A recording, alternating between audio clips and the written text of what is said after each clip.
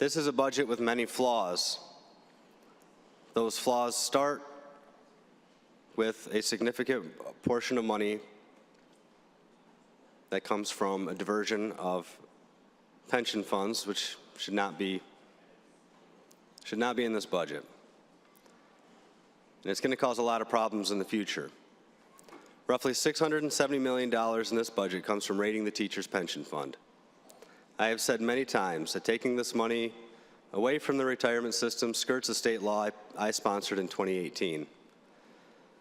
But beyond the question of its legality, it's just an extremely unwise and reckless move. It is in no way necessary to maintain essential programs, and it makes no financial sense. But addiction sparks desperation.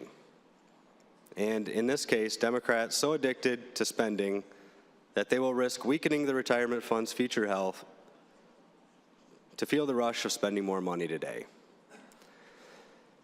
I am appalled by the misleading rhetoric supporters of this raid are using to try to justify their addiction to spending. They use terms like excess funding and savings to describe where this money comes from. That is a complete joke. The overall teacher retirement fund is still over $30 billion in debt. There is no excess money. There is no savings to be had. We have seen several versions of this plan, and it all boils down to the same thing. It diverts money that should be used to pay off the teacher retirement system debt that we currently have.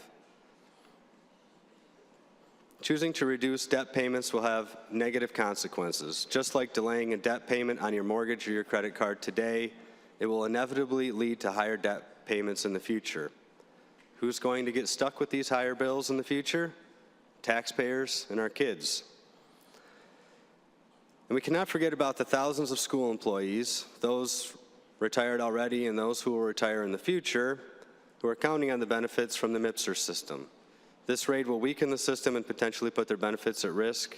They deserve better. They deserve to know the state will fulfill the financial obligations to them. Worse, these raided funds are not even put to good use. The spending detailed here does not do enough to improve outcomes for kids or addressing the pressing issues such as chronic absenteeism that has continued to be a major problem since the pandemic. What should we be doing instead? More than one superintendent has told me they're looking at budget cuts for the next year. A budget that is most beneficial to our school districts is not complicated. We should limit categorical spending and juice up the foundation allowance to the greatest extent possible.